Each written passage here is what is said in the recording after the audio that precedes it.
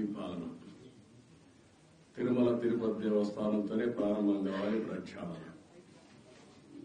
ప్రసాద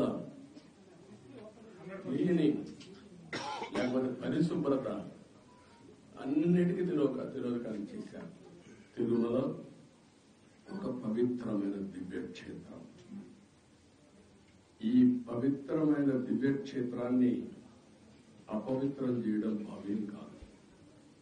తెల్లవారుజామున 3 గంటలకు సుప్రభాత దర్శనానికి వస్తే వైకుంఠం అంటే మనకు తెలియదు.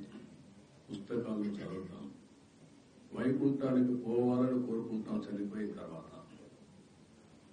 ఆ సమయంలో ఇక్కడికి వచ్చి వెంకటేశ్వర స్వామి దర్శనం చేసుకుంటే వైకుంఠంలో ఉన్న అనుభూతిని కలుగుతుంది.